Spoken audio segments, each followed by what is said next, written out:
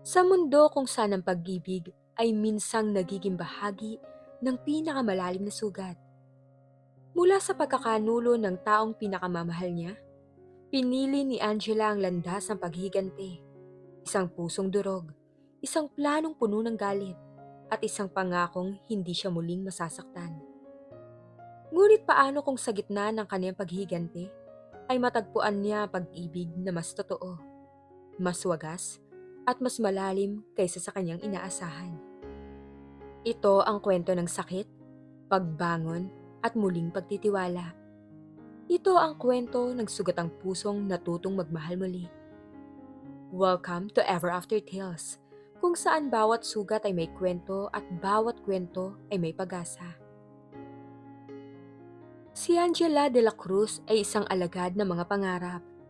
Hindi ang sarili niyang pangarap, kundi ang mga pangarap ng mga taong mahal niya. Mula pagkabata, natutunan niyang sumunod, maglingkod, at isantabi ang sariling kagustuhan para sa kapakanan ng pamilya. Kaya naman, nang ipinahayag ng kanyang ama na siya'y ipinangako kay Leo Esguera, ang nag-iisang tagapagmana ng Esguera Group of Companies, tinanggap niya yon ng walang pagtutol. Para sa kanya, ito ang kanyang tungkulin, ang maging tulay sa pag-unlad ng negosyo ng kanilang pamilya. Isang desisyong pinaniniwalaan nilang makakatulong sa lahat. Si Leo Esguera, isang pangalang pamilyar na sa kanya sa loob ng 5 taon. 5 taong pagiging nobya, 5 taong pagpaplano ng kasal, 5 taong pakikinig sa mga pangako ng kinabukasan. Si Leo ay matangkad, may kutis moreno, at may ngiting kayang tunawin ng sinumang babae. Sa mata ng lipunan, sila ay ang perpektong magkasintahan, ang matipunong negosyante at ang masipag, mahinhin na anak ng isang respetadong pamilya. Ngunit sa likod ng mga ngiti at paghanga, si Angela ay madalas na nakadarama ng isang hindi maipaliwanag na kawalan. Si Leo ay mabait, maalaga, at palaging ipinaparamdam sa kanya na siya ang numero 1. Ngunit may mga pagkakataong tila may tabing sa kanyang mga mata. Isang malamig na pader na hindi niya kayang tunguhin. Sa opisina, si Angela ay itinuturing na isa sa pinakamahusay. Taglay niya ang talas ng isip at sipag na hinahangaan ng lahat, lalo na ng mga nakakataas. Siya ang tipo ng tao na hindi tatamad-tamad at laging naniniwala na ang bawat trabaho dapat tapusin ng buong puso. Ito ang turo sa kanya ng kanyang pamilya at ito rin ang naging pundasyon ng kanyang pagkatao. Maging huwaran, maging matapat, maging maaasahan. Isa siyang perpekto sa bawat aspeto. Ngunit sa pagiging perpekto, unti-unting nawawala ang sarili niyang boses. Mayroong siyang inaampon na kapatid, si Jenny. Hindi man sila magkadugo, itinuring niya itong tunay na kapatid. Si Jenny ay mas bata sa kanya ng 5 taon. May maamong muka at mapungay na mga mata. Pinag-aral siya ni Angela. Sinuportahan sa lahat ng ginusto nito at palaging ipinaparamdam ang pagmamahal na parang tunay na ina. Walang hiniling si Angela kundi ang maging masaya si Jenny at sa kanyang isip, masaya si Jenny sa piling ng kanyang pamilya. Isang araw habang papalapit ang kanilang kasal ni Leo, abala si Angela sa paghahanda ng mga papeles para sa susunod na board meeting. Gabing-gabi na sa opisina, ngunit para sa kanya, normal na ang ganong oras. Naisip niyang sorpresahin si Leo sa kanyang condominium upang dalhan ito ng hapunan. Matagal na rin silang hindi nakakapag-bonding ng solo dahil na rin sa dami ng trabaho. Palihim siyang nakapasok sa condo ni Leo. Hawak ang isang paper bag na paboritong pagkain ng nobyo. Sa pagkakarinig niya ng mga tinig mula sa master's bedroom, agad niyang naramdaman ang pagkabagabag. May kausap si Leo. Sino naman kaya? Siguro, katrabaho. Leo, pakiusap. Baka may makakita sa atin. Narinig niya mahinang bulong ng isang babae. Ngunit ang boses na yon, pamilyar. Biglang bumilis ang tibok ng puso ni Angela. Hindi niya maintindihan ang nararamdaman. Takot, pagdududa, at isang kurot sa dibdib na tila nagbababala. Dahan-dahan siyang lumapit sa pintuan ng silid na bahagyang nakabukas. At doon gumuho ang kanyang mundo. Nakita niya si Leo nakayakap ng mahigpit sa isang babae. Ang kanilang mga labi ay nagtatagpo sa isang mapusok na halik. Hindi lang yun. Ang kanilang mga damit ay nakakalat sa sahig. Ang babae ay si Jenny, ang kaniyang kapatid. Ang inaampon niyang kapatid na buong puso niyang minahal at inalagaan. Para siyang sinaksak ng libo-libong patalim. Ang paper bag na hawak niya ay nahulog mula sa kanyang nanginginig na kamay. At ang tunog nito ay umalingaw-ngaw sa katahimikan ng gabi. Napalingon si Leo at Jenny sa gulat. Ang kanilang mga mata ay nanlaki nang makita si Angela na nakatayo doon. Ang mukha ay putlang-putla at ang mga mata ay puno ng luha. Angela, bulong ni Leo, mabilis na binitawan si Jenny. Ngunit huli na. Anong ibig sabihin nito? Ang tanging salitang lumabas sa labi ni Angela. Basag ang boses. Hindi siya makapaniwala sa nakikita. Ito ba ay isang masamang panaginip?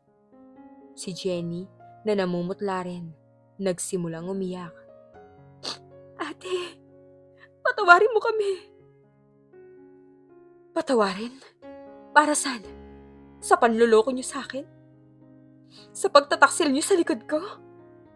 Sumisikip ang dibdib ni Angela. Ang sakit ay mas matindi pa sa pisikal na hapdi. Jenny, kapatid kita! Leo, ikakasal tayo. Paano niyo nagawa sa akin to? Lumapit si Leo, nagmamadaling ayusin ang kanyang damit. Angela, hindi tong iniisip mo. May paliwanag ako. Paliwanag? Ano pang ipapaliwanag mo, Leo? Kitang-kita ng dalawa kong mata. At ikaw, Jenny, wala akong ginawa kundi mahalin ka. Alagaan ka. Pero ito ang isinukli mo sa akin.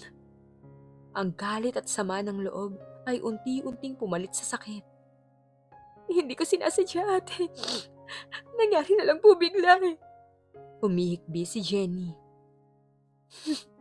Nangyari na lang bigla? Ilang beses na nangyari ng bigla na yan? Mariing tanong ni Angela. Ang kanyang boses ay tila nagbago. Mula sa malumanay ay naging matulis. Angela, pakinggan mo ako. Nagkamali ako, pero mahal kita. Pakiusap ni Leo. Sinubukang hawakan ang kamay ni Angela. Ngunit agad itong iniwas ni Angela. Ang paghawak niya ay tila nagdulot ng karagdagang dumi sa kanyang balat. Mahal? Kung mahal mo ako, hindi mo sana ginawa to. Ang pangako mo, Leo. Ang trato mo sa akin. Lahat ng yun, isa lang malaking kasinungalingan. Ang kanyang tiwala kay Leo ay gumuho na parang baraha. Ang respeto niya sa nobyo, na dati buong buo, ay naglaho na parang bula. Hindi lang basta panliligaw, kundi nakikipagtalik pa si Leo kay Jenny sa kanyang sariling kapatid. Aalis na ako dito, Leo. Sana hindi na tayo nagkita. Sabi ni Angela, tumalikod at tumakbo palabas ng condominium. Iniwan ang dalawa na nakatulala. Ang paglabas ni Angela sa condominium ni Leo ay tila pagtakas mula sa isang bangungot. Ngunit ang bangungot ay sumama sa kanya. Sa loob ng ilang araw, tila wala siyang ibang maramdaman kundi sakit, galit at pagkabigo. Hindi siya pumasok sa trabaho at halos hindi lumabas ng silid. Ang kanyang mga magulang ay labis na nag-aalala. Ngunit hindi niya kaya magsalita. Hindi kayang ipaliwanag ang bigat na dinala niya. Si Jenny ay nagpadala ng sunod-sunod na mensahe, humihingi ng tawad. Ngunit ang mga salita nito ay lalo lamang nagpainit sa kanyang dugo. Isang hapon habang nakatulala siya sa bintana, naaalala ang lahat ng sakit. Isang idea ang unti-unting nabuo sa kanyang isip. Hindi ito isang idea ng pagpapatawad o paglimot. Ito ay isang idea ng paghiganti. Isang radikal na hakbang na makakapagbigay sa kanya ng kapayapaan na hinahangad niya. Hindi ko hahayaang baliwalain lang ako, Leo. Bulong niya sa sarili, ang mga mata ay naninggit. Pagbabayaran mo ang bawat patak ng luhang naiyak ko. Kinabukasan, lumabas si Angela ng kanyang silid. Ang kanyang anyo ay nagbago. Hindi na siya ang babaeng luhaan at malungkot. May determinasyon sa kanyang mga mata. Isang galit na nagsisilbing panggatong. Bumalik siya sa trabaho na para bang walang nangyari. Ang kanyang mga kasamahan at subordinates ay nagulat sa kanyang mabilis na pagbabalik. Ngunit wala namang masyadong nagtanong. Ang mga esgera, lalo na si Leo, ay sumusubok na tumawag at makipagkita. Ngunit ang lahat ng ito ay kanyang iniiwasan. Angela, pwede ba tayo mag-usap? Tanong ni Leo nang harangin siya nito sa hallway. Ang mukha nito ay bakas ang pag-alala, ngunit para kay Angela, isa lamang itong pagpapanggap. Wala tayong pag-uusapan, Leo. Sagot niya, malamig ang boses. Hindi niya ito tiningnan sa mata. Pero Angela, alam kong nasaktan kita. Nagkamali ako, alam ko. Pero pakiusap. Bigyan mo ako ng pagkakataon. Huwag mong sirain ang lahat ng pinagsamahan natin. Ang kasal natin. Pilit ni Leo. Sinubukang hawakan muli ang kanyang braso. Ngunit agad itong iniwas ni Angela. Ang kasal? Anong kasal ang sinasabi mo? Para sa akin, wala nang kasal na magaganap. Tapos na ang lahat sa atin, Leo. Tumalikod siya at naglakad palayo. Iniwan si Leo na nakatayo dong mag-isa. Ang sakit na dinulot nito ay hindi lang basta sakit. Ito ay sumira sa lahat ng kanyang paniniwala. Sa mga sumunod na araw, nagsimulang pagmasdan ni Angela si Robert Esguerra. Si Robert ay tiyo ni Leo, nakatatandang kapatid ng ama ni Leo. Siya ang vice president ng Esguerra Group, isang posisyong nagbigay sa kanya ng malaking impluensya at kapangyarihan sa kumpanya. Si Robert ay nasa kanyang 40s, may matipunong pangangatawan at isang aura ng otoridad at karunungan. Palagi siyang nakasuot ng formal na kasuotan at ang kanyang mukha ay seryoso. Ngunit may mga pagkakataong nakikita niya ang malalim na pag-iisip sa likod ng kanyang mga mata. Hindi siya kasing charming ni Leo sa una. Ngunit may respeto ang mga tao sa kanya dahil kilala siyang may paninindigan at patas. Sinundan niya ang bawat galaw ni Robert, ang kaniyang schedule, ang mga pulong na dinadaluhan nito, ang kaniyang mga gawi. Inaral niya ang kaniyang bawat kilos, pati na rin ang kaniyang personal na buhay. Nalaman niyang si Robert ay matagal nang hiwalay sa asawa at wala nang intensyong magpakasal muli. Nakatuon lamang sa kanyang pagunlad at sa kumpanya. Ito ang perpektong target. Isang araw matapos ang isang mahalagang board meeting, kung saan si Angela ay nagpakitang gilas sa pagtatalakay ng isang bagong project. Nakita niya si Robert na papalabas sa conference room. Ito na ang kanyang pagkakataon. Mr. Esguerra, may I have a moment, please? Tanong ni Angela. Ang kanyang boses ay kalmado at profesional. Lumingon si Robert. Tila nagulat na kinakausap siya ni Angela. Kilala niya si Angela bilang nobya ng kanyang pamangkin at bilang isang mahusay na empleyado. Yes, Miss De La Cruz. Is there something you need? Gusto ko lang po sanang pasalamatan kayo sa inyong komento kanina sa aking presentation. Malaking tulong po yun. Pagpapakitang tao ni Angela. Ngunit ang mga mata niya ay nakatingin ng diretsyo sa kanya. May kakaibang kinang. Ngumiti si Robert ng bahagya. Isang bihirang ngiti na nagpatunaw sa kanyang seryosong anyo. You did well, Angela. Your insights were indeed valuable. I merely pointed out what was already evident.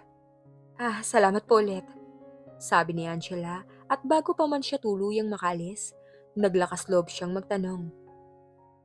Kung hindi po kayo busy, Mr. Esguerra, possible po bang matulungan niyo ako sa ilang tanong ko tungkol sa ating bagong venture? Pakiramdam ko mas magiging malinaw sa akin ang direksyon nito kung makakakuha ko ng payo mula sa inyo. Nag-isip sandali si Robert. Of course, my office is always open. You can set an appointment with my secretary. Salamat po, I will. Tugon ni Angela. Ang isang maliit na ngiti ay dumaan sa kanyang labi. Ito na ang kanyang simula. Hindi nagtagal nagsimulang gumawa si Angela ng mga dahilan upang makalapit kay Robert Esguerra. Sa mga pulong, lagi siyang handa na may mga tanong na makapupukaw sa interes ni Robert. Sa opisina, sinisigurado niyang madalas silang magkakasalubong. Laging may dalang ngiti at isang propesyonal na katanungan. Unti-unting nahuhulog ang mga pader sa pagitan nila. Si Robert, na kilalang seryoso at may distansya, ay nagsimulang magbigay ng mas mahabang oras sa mga usapan nila ni Angela. Nakikita niya ang katalinuhan sa likod ng mga mata nito, ang kasipagan na hindi matatawaran. Isang hapon, niyaya ni Robert si Angela sa kanyang opisina upang pag-usapan ang isang sensitibong proyekto. Angela, umupo ka. May gusto akong i-discuss sa'yo na hindi ko pa naibabahagi sa iba, sabi ni Robert. Ang kanyang ekspresyon ay seryoso. Kinabahan si Angela, ngunit tinago niya ito. Ito na siguro ang simula ng kanyang tunay na plano. Sige po, Mr. Esguerra. Robert na lang. Sa tagal na nating nag-uusap, parang awkward ng Mr. Esguerra eh, sabi ni Robert, may bahagyang ngiti sa labi. Sige po, Robert, sabi ni Angela, sumunod sa kanyang mungkahi. Sa loob ng 2 oras, tinalakay nila ang proyekto at sa hindi inaasahan, nakita ni Angela ang isang bahagi ni Robert na hindi niya nga inaasahan. Hindi lang siya isang matalino at makapangyarihang ehekutibo. Siya ay may malalim na pangunawa sa mga tao, may isang matalas na isip na kayang makakita sa kabila ng ibabaw. Alam mo, Angela, I admire your dedication, sabi ni Robert matapos nilang pag-usapan ng proyekto. Hindi ka basta-basta sumusunod sa mga procedures. You always try to find a better way, and I like that. Salamat po, sagot ni Angela, nakaramdam ng bahagyang pamumula. Hindi niya inaasahan ang papuri. Pero, dagdag ni Robert, ang kaniyang mga mata ay naningkit. May pakiramdam ako na may mas malalim kang dinadala. Is there something troubling you? Natigilan si Angela. Hindi niya inaasahan na mapapansin ni Robert ang kanyang kalungkutan o ang galit na nakatago sa ilalim ng kanyang propesyonal na anyo. Sa isang iglap, naramdaman niya ang pagnanais na magtapat. Ngunit agad niyang pinalayas ang ideyang yon. Ito ay revenge. Kailangan niyang manatili sa plano. Wala po, Robert. Maraming salamat sa concern niyo, sagot niya, pilit na ngumiti. You're a good person, Angela. Don't let anyone take that away from you, sabi ni Robert. Ang kanyang boses ay malambing, isang bagay na bihirang marinig mula sa kanya. Umuwi si Angela ng gabing yon na may halo-halong emosyon. Ang kanyang plano ay tila gumagana, nakukuha niya ang atensyon ni Robert. Ngunit may bahagi sa kanya na nakadarama ng bahagyang kirot. Nagsisinungaling siya sa isang taong tila may tunay na malasakit. Ngunit agad niyang iniling ang kanyang ulo. Kailangan niyang maging matatag. Ito ay para kay Leo. Ito ay para sa sarili niyang karangalan. Ang balita ng pagiging malapit ni Angela at Robert Esguerra ay mabilis na kumalat sa buong kumpanya. Hindi ito nakatakas sa atensyon ni Leo. Sa umpisa, inakala ni Leo na ginagamit lamang ni Angela si Robert upang pagselosin siya o kaya'y upang magkaroon ng leverage sa negosyo. Ngunit nang makita niya ang mga ito na naglalakbay ng magkasama sa isang business trip at ang mga pagbabago sa pagtrato ni Robert kay Angela, isang kakaibang pagdududa ang namuo sa kanyang isip. Ano ang ginagawa mo, Angela? Tanong ni Leo nang harapin niya si Angela sa cafeteria ng kumpanya. Ang kanyang boses ay puno ng galit. Nagtatrabaho, Leo. Hindi mo ba nakikita? Sagot ni Angela, kalmado ang boses. Ngunit sa loob, nagagalak siya sa reaksyon ni Leo. Huwag mo akong lokohin. Ang tito kong pinaglalaroan mo. Alam mo bang hindi magandang reputasyon na idudulot mo sa pamilya natin? Galit na sabi ni Leo. Tinaasan siya ng kilay ni Angela. Pamilya? Talaga bang may karapatan ka pang banggitin ng salitang pamilya pagkatapos ng ginawa mo, Leo? At ang reputasyon? Sino ang sumira sa reputasyon ko? Sino ang pumutol sa tiwala ko? Angela, alam kong nagkamali ako, pero handa akong bumawi. Kalimutan na natin si Jenny, bumalik tayo sa dati.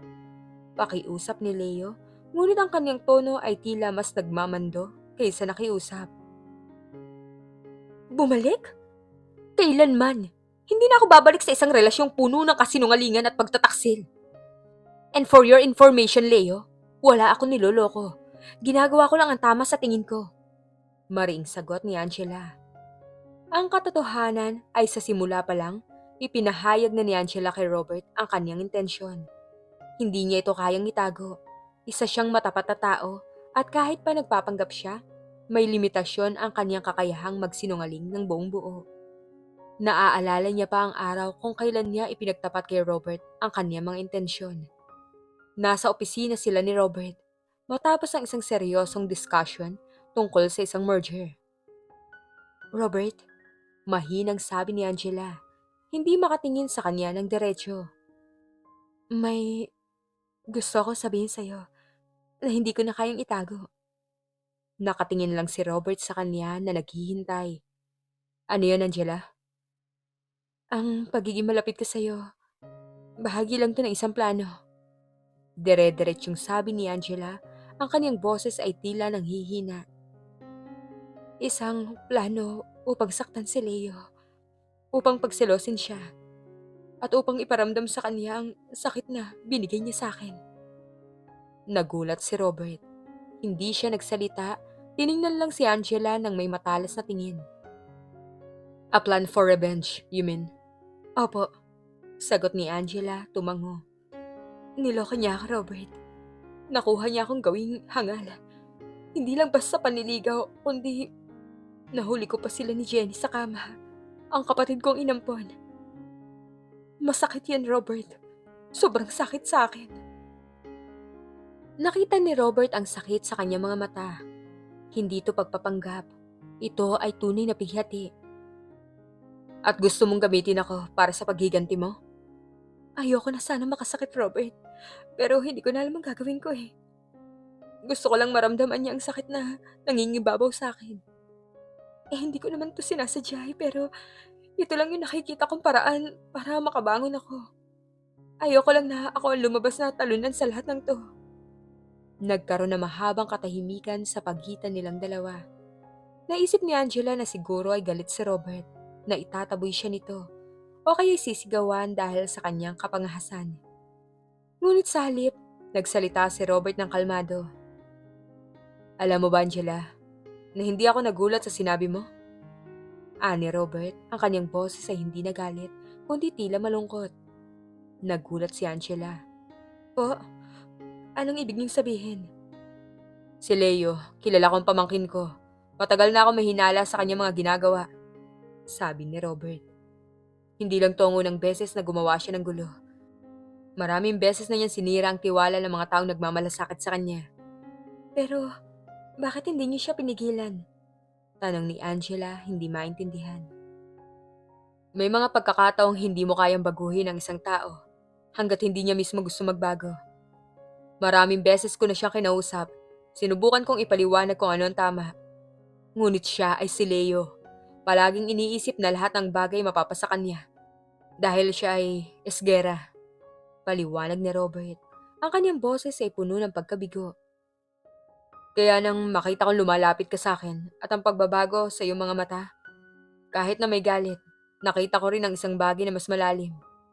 Ano po yun? Ang integrity mo, Angela. Sa kabila ng mga plano ng paghiganti, hindi mo kaya magsinungaling ng buo.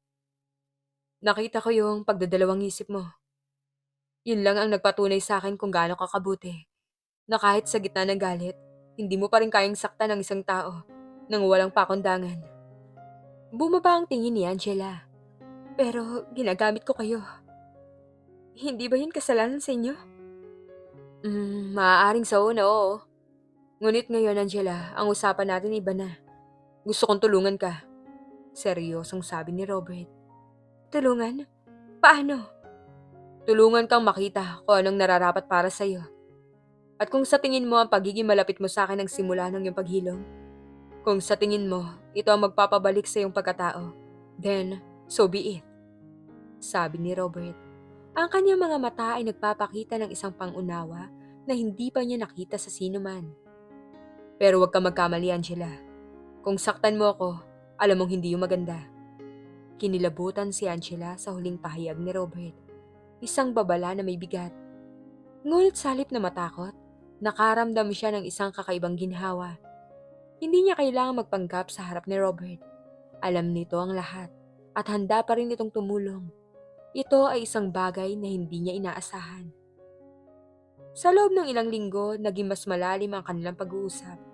Hindi na lang tungkol sa negosyo, kundi pati na rin sa buhay, sa mga pangarap, sa mga pinagdadaanan. Nagsimulang makita ni Angela ang tunay na pagkatao ni Robert. Hindi lang ang kaniyang kapangyarihan at otoridad, kundi pati na rin ang kaniyang kabaitan, ang kaniyang talas ng isip, at ang kaniyang pagiging mapanuri. May mga pagkakataong nahuhuli niya ang kaniyang sarili na nakangiti ng totoo sa mga biro ni Robert o nakikinig ng buong puso sa kanyang mga payo. Angela, sigurado ka ba sa mga desisyon mo? Tanong ni Robert isang gabi habang nagiinuman sila ng kape sa isang quiet cafe. Sa tingin ko, Robert, sa ngayon ito lang nakikita kong paraan eh. Sagot ni Angela, uminom ng kaniyang kape. Ang paghihigante, isang sugat na kailangan mong paghilumin. Pero kung habang ginagawa mo yan, may iba kang makikita. Sana huwag kang matakot at tanggapin yun. Sabi ni Robert, ang kanyang mga mata ay nakatingin ng diretso sa kanya. Hindi niya maintindihan ang ibig sabihin ni Robert noon. Ngunit habang tumatagal, unti-unting nagiging malinaw ang lahat. Ang pagiging malapit ni Angela kay Robert ay naging usap-usapan sa buong kumpanya at maging sa kanilang mga pamilya. Para sa pamilya ni Angela, ito ay isang malaking iskandalo. Paano mangyayari na ang kanilang anak na engaged kay Lea Esguerra ay malapit kay Robert Esguerra, ang tiyuhin? Kinaharap ni Angela ang kanyang mga magulang. Angela, anong ginagawa mo? Anong sasabihin ng mga tao? Hindi maganda ang balitang kumakalat, sabi ng kanyang ina puno ng pag-aalala. Mama, Papa, alam niyo kung anong sinapit ko kay Leo. Wala na akong pakialam sa sasabihin ng mga tao. Depensa ni Angela. Pero si Robert, hindi ba siya mas matanda kay Leo at ang posisyon niya sa kumpanya? Hindi ba to paggamit? Tanong ng kanyang ama. Hindi ko ginagamit si Robert, Papa. At kung sakali man siya mismo ang pumayag, alam niya ang lahat ng dahilan ko. Sabi ni Angela. Hindi kami makapaniwala sa iyo, Angela. Hindi ka ganyan. Galit na sabi ng kanyang ina.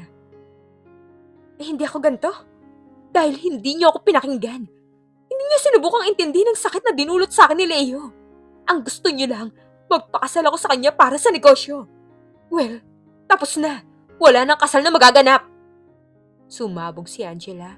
Ang kanyang boses ay tila may sakit sa bawat salita. Nagkaroon ng katahimikan sa pagitan nila. Hindi pa kailanman nakita ng kanyang mga magulang si Angela na sumigaw, na lumaban. Ang kanilang mabuting anak ay nagbago. Patawarin niyo ako kung hindi ko na kayang sumunod sa mga gusto niyo. Pero ngayon, para sa sarili ko naman. Sabi ni Angela at umalis sa kanilang bahay. Naghanap siya ng sarili niyang apartment. Hindi niya pinansin ang tawag ni Jenny at ang mga pagtatangka ni Leo na kausapin siya. Sa ngayon, kailangan niyang tumayo sa kanyang sariling mga paa. Sa kabila ng mga hadlang at mga usap-usapan, ang relasyon ni na Angela at Robert ay unti-unting lumalalim. Nagsimula sila magkaroon ng mga di inaasahang pagkakataon na magkasama sa labas ng trabaho. Mga hapunan, mga pagbisita sa art gallery o simpleng paglalakad sa parke. Dito, nakita ni Angela ang isang Robert na malayo sa kanyang profesional na persona. Alam mo, Angela, sabi ni Robert isang hapon habang naglalakad sila sa isang hardin. Nung una, nakita ko lang ang paghiganti sa mga mata mo. Isang sunog na gusto mong iparamdam kay Leo. At ngayon? Tanong ni Angela, bahagya kinakabahan sa sasabihin nito. Ngayon, nakikita ko ang isang babae na may malalim na pagmamahal sa buhay. Ang talas ng isip mo, ang iyong kabaitan, ang paraan mo ng pagtrato sa mga tao. Hindi to para sa paghigante. Ito, ito ang tunay mong ikaw. Sabi ni Robert, huminto at hinarap siya. Tiningnan siya ni Angela. Ang mga mata ni Robert ay puno ng sincerity. Isang bagay na hindi pa niya nakita sa sinuman, lalo na kay Leo. Nagsimula ako sa isang masamang intensyon, Robert. Hindi ko alam kung paano mo pa rin nakikita ang kabutihan sa akin eh. Mahinang sabi ni Angela. Dahil hindi ka masamang tao, Angela. May mga pagkakataong ang sakit nagtutulak sa atin sa mga desisyong hindi natin inaakala. Pero yung puso mo, alam ko malinis pa rin. At dahil doon, hindi ko na kayang itago ang nararamdaman ko para sa'yo. Pagtatapat ni Robert, ang kanyang boses ay puno ng emosyon. Nagulat si Angela. Ang kanyang puso ay kumabog ng mabilis. Hindi to bahagi ng kanyang plano. Hindi to ang inaasahan niya. Anong ibig mong sabihin? Tanong niya, halos hindi makahinga. Ibig kong sabihin, Angela, minahal kita, hindi dahil sa gusto mong saktan si Leo. Minahal kita dahil ikaw si Angela, ang babaeng matalino, masipag, mapagmahal, at may paninindigan, sabi ni Robert, humakbang palapit. Alam ko magkaiba ang simula natin, at alam ko nag-aalangan ka pa, pero handa ako maghintay. Handa akong patunayan sa iyo na ang pag-ibig ko ay tunay, na hindi ito magtatapos sa paghiganti. Nagsimulang tumulo ang luha sa mga mata ni Angela, ngunit ngayon, hindi ito ang luha ng sakit, kundi luha ng kalituhan at isang kakaibang ginhawa. Ang kaniyang planong paghihiganti ay tila nagbago ng direksyon at sa hindi inaasahan, nakakita siya ng isang bagay na mas mahalaga kaysa sa pagbawi. Robert, hindi ko alam. Huwag ka mag-alala, hindi kita pipilitin. Pero sana, bigyan mo ako ng pagkakataon. Bigyan mo rin ng pagkakataon ng sarili mo na maging masaya, Angela. Sa piling ng isang taong tunay na makapagbibigay sa'yo ng pagmamahal at respeto na nararapat sa'yo, sabi ni Robert. Hinawakan ang kanyang kamay. Ang paghawak niya ay malambing at puno ng pangako. Sa sandaling yun, ang huling bahagi ng kanyang paghiganti ay tila ba naglaho na. Ang galit kay Leo ay hindi na ang pangunahing nararamdaman niya. Sa halip isang mainit na damdamin, isang pag-asa ang unti-unting pumalit sa kanyang puso. Ang twist, unti-unting nahayag. Si Robert sa kanyang pagiging seryoso at matalino, hindi lamang isang simpleng tiyo na nagkataong naging biktima ng plano ni Angela. Siya ay may mas malalim na kaalaman sa pamilya Esguerra at lalo na kay Leo. Isang gabi habang naghahapunan sila sa kanyang bagong apartment, si Angela naglakas loob na magtanong. Robert, paano mo nalaman na niloloko ko ni Leo? O may hinala ka na sa kanya noon pa man? Tiningnan siya ni Robert ng matalim at pagkatapos bumuntong hininga. Angela, si Leo at ang kanyang ama ay parehong may ugali na iniisip nila ang lahat mapapasa kanya. Ang Esguerra Group, itinatag ng aking ama at sa totoo lang, may mga panig ako na hindi sangayon sa pamamalakad ng aking kapatid, ang ama ni Leo. Anong ibig mong sabihin? Ang pagkakasal niyo ni Leo hindi lang basta para sa negosyo, Angela. May isang clause sa kasunduan na kung ikakasal ka kay Leo, ang iyong pamilya ay magbibigay ng malaking halaga ng kanilang shares sa Esguerra Group. Ito ay para mas mapalakas ang posisyon ng pamilya ni Leo sa board. Nagulat si Angela. Ano? Hindi ko alam yun. Hindi mo talaga malalaman dahil tinago nila yun sa'yo. Ang paniniwala ko, gagamitin ka lang ni Leo para sa kanilang kapakanan. At dahil alam kong ganito ang ginagawa nila, unti-unti kong naisip na kailangan kitang iligtas sa sitwasyon yun. Sabi ni Robert. Kailangan mo ko iligtas? Paano? Sa parang hindi nila inaasahan. Ang paglapit mo sa akin, Angela, hindi pa sa simula, para sa paghiganti. Naging opportunity din yung para sa akin. Para ipakita sa'yo na hindi lahat ng Esguerra ay ganun. At upang iligtas ka sa isang kasunduan na sa umpisa pa lang, hindi na patas. Ito ang twist. Si Robert na tila biktima ng kanyang plano ay may sariling motibasyon. Isang layunin na hindi lang tungkol sa negosyo, kundi sa pagprotekta din kay Angela mula sa masasamang intensyon ng kanyang pamangkin at ng pamilya nito. Ngunit sa paglipas ng panahon, ang kanyang mga intensyon ay nagbago. Kaya nung una, pinalapit mo ako sa'yo? Tanong ni Angela. Ang kanyang puso ay puno ng halo-halong emosyon. Sa totoo lang, mayroon akong intensyon na gamitin ang iyong galit para ipakita kay Leo na hindi siya ang lahat. Pero habang nakikilala kita, Angela, Lalo ako nakumbinsi na hindi mo deserve ang sakit na yon. At lalo ko nakita ang tunay mong kabutihan. Doon, ang intensyon ko'y nagbago. Naging tunay na pagmamahal. Pagtatapat ni Robert. Hinawakan muli ang kanyang kamay. Patawarin mo ako kung sa simula may iba akong motibo. Pero sa ngayon, ang gusto ko lang ay ang kaligayahan mo. Nakatitig si Angela sa mga mata ni Robert at nakita niya ang sincerity at pagmamahal. Ang kanyang mundo na dating gumuho, unti-unting nabubuo muli. Ngunit sa isang paraan na hindi niya inaasahan.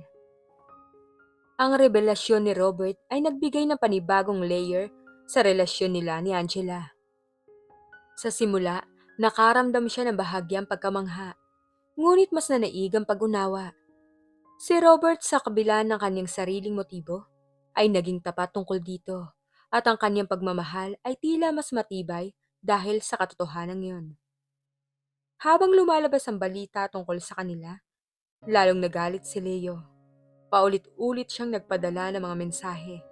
Minsan nagbabanta, minsan nagmamakaawa. Angela, hindi mo pwede gawin to. Isipin mo ang negosyo ng pamilya natin. Hindi ako papayag na mapunta ka sa tito ko. Isang text ni Leo. Hindi na niya ito sinasagot. Ang pakiramdam niya sa mga message ni Leo ay hindi na galit kundi awa. Awa sa isang taong hindi kayang makita ang lampas sa kanyang sariling kapakanan. Isang araw pinuntahan siya ni Leo sa kanyang apartment. Kanyang hinarap ito habang nakatayo si Robert sa kanyang tabi. Angela, ano to? Sumama ka na sa tito ko? Galit na sigaw ni Leo nang makita si Robert. Leo, tigilan mo na to, sabi ni Robert, kalmado ang boses. Huwag kang makialam, tito. Sa amin to ni Angela. Giit ni Leo, sinubukang abutin si Angela. Leo, hindi na ako sa'yo at kailanman hindi na ako magiging sa'yo. Tapos na tayo. At oo, kasama ko si Robert at masaya ako sa kanya.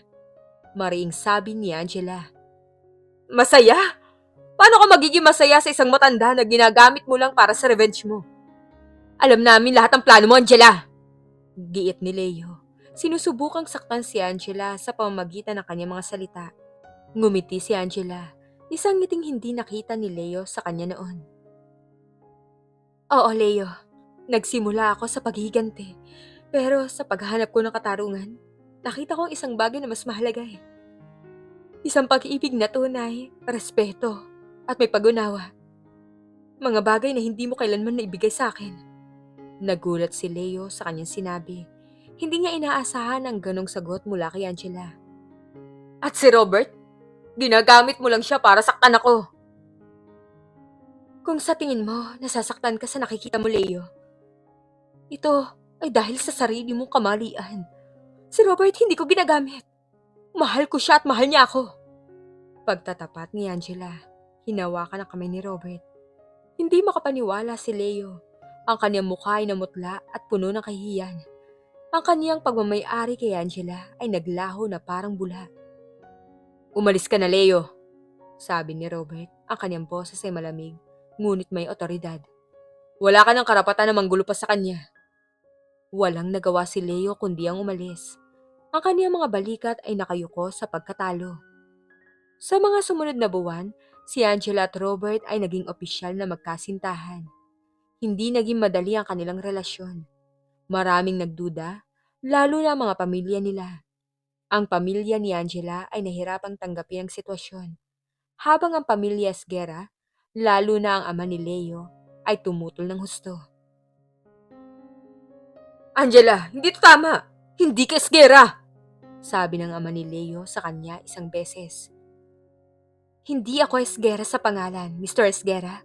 Pero ang pagmamahal ko kay Robert, totoo yun. At hindi niyo ito mababago. Matapang na tugon ni Angela. Ang kanyang pagmamahal kay Robert ay naging matibay na sandata laban sa mga pagsubok. Nakita nila sa isa't isa ang suporta, ang pangunawa, at ang pagmamahal na hinahanap nila sa buong buhay nila. Sa kabila ng kanilang hindi magandang simula, natutunan nilang lampasan ang hiya at mga problema sa paligid nila. Natuklasan ni Angela na si Robert ay hindi lang ang kanyang tagapagligtas, kundi ang kanyang kasama sa buhay.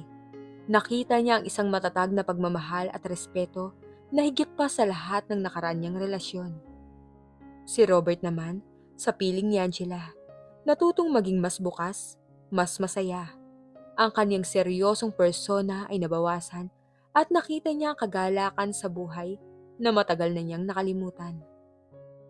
Hindi naging madali ang paglalakbay ni Angela at Robert, ngunit ang bawat pagsubok ay nagpapatibay lamang sa kanilang pagmamahalan. Ang kanilang kwento ay naging inspirasyon sa marami at pagsubok sa iba. Ang pamilya ni Angela, sa huli, tinanggap ang kanyang kaligayahan dahil nakita nilang tunay ang pagbabago sa anak nila. Hindi na siya ang babaeng sumusunod lamang, kundi ang babaeng lumaban para sa kanyang sariling kaligayahan. Si Leo Esguerra, matapos ang kanyang pagkabigo ay nagkaroon ng seryosong pagmumuni-muni. Ang kanyang pagmamay-ari kay Angela, ang kanyang pagmamalaki ay nawasak ng buo. Sa huli, napahiya siya sa kanyang mga ginawa at sa unti-unting pagpapakita ni Robert ng mga ebidensya ng kanyang katiwalian sa kumpanya. Napilitan siyang magbago. Maraming nawala sa kanya, kasama ng tiwala ng kanyang pamilya at ang kanyang posisyon sa kumpanya. Si Jenny sa kabilang banda, nagsimulang magbago sa kanyang sariling paraan. Naunawaan ang kanyang mga pagkakamali at hinanap ang kapatawaran kay Angela, na sa kalaunan, ibinigay na rin ni Angela. Isang araw habang naglalakad sa hardin kung saan nagsimula ang kanilang hindi inaasahang pag-ibig, lumuhod si Robert sa harap ni Angela. Angela de la Cruz, sa simula, dumating ka sa buhay ko bilang isang plano, bilang isang paraan upang makatulong sa isang sitwasyong alam kong nagiging masama. Pero sa huli, ikaw ang naging ilaw sa buhay ko. Ikaw ang nagturo sa akin ng tunay na kahulugan ng pagmamahal. Ikaw ang naging dahilan kung bakit masaya ako ngayon. Sabi ni Robert, inilabas ang isang singsing. Mahal kita, Angela. Will you be my wife? Nagsimulang tumulo ang luha sa mga mata ni Angela. Ngunit ngayon, ito ay luha ng labis sa kaligayahan. Ang kanyang paghihigante ay nagtapos na. Ang kanyang sakit ay naghilom na. At ang kanyang puso ay puno ng pagmamahal. Oo, Robert. Oo, papakasalan kita. Sagot ni Angela, niyakap na mahigpit si Robert. Sa huli nakita ni Robert ang tunay na pagkatao at kabutihan ni Angela. Hindi dahil sa paghiganti, kundi dahil sa totoong pagmamahalan na nabuo sa pagitan nila. Sa halip na manatili sa nakaraan at sa sakit na dinulot ni Leo, pinili ni Angela ang isang mas matapat at mapagmahal na partner. Nagpakasal sila ni Robert sa isang simple, ngunit napakagandang seremonya, kasama ang mga taong tunay na nagmamalasakit sa kanila. Ang kanilang pag-ibig ay naging patunay na sa kabila ng pinakamadilim na sandali, mayroong pag-asa para sa tunay na kaligayahan. Natuto si Angela na ang pagmamahal ay hindi kailangang hingin o ipilit, kundi kusa itong dumarating sa pinaka hindi inaasahang paraan. At sa piling ni Robert, nahanap niya ang bahay na hindi lang para sa pamilya, kundi para sa kanyang sariling puso. Isang tahanan na puno ng respeto, pag-unawa at walang hanggang pagmamahalan. Ang kanilang kwento ay nagpatunay na ang tunay na pag-ibig ay hindi lang natatagpuan sa pagsunod sa mga inaasahan, kundi sa pagpili ng sariling landas, kahit pa ito ay puno ng mga pagsubok at mga hindi inaasahang twist. Napagtanto ni Angela na ang paghihiganti ay hindi kailanman maghihilom ng sugat ng puso. Ang tunay na paghilom nagsisimula sa pagpapatawad, hindi para sa taong nanakit, kundi para sa sariling kapayapaan. Habang ang dating traidor naiwan sa anino ng kanyang sariling pagkakamali, si Angela lumakad palayo, hindi bilang biktima, kundi bilang isang babaeng mas matatag, mas matapang at handang magmahal muli. Ang sakit ay maaaring magtulak sa atin sa dilim, ngunit ang pag-ibig at pagpapatawad ang magbabalik sa atin sa liwanag. Hindi lahat ng pagkakanulo ay katapusan. Minsan, ito ang simula ng mas magandang ever after. Kung nagustuhan mo ang kwentong ito, huwag kalimutang mag-like, mag-comment at mag-subscribe sa Ever After Tales para sa mas marami pang kwento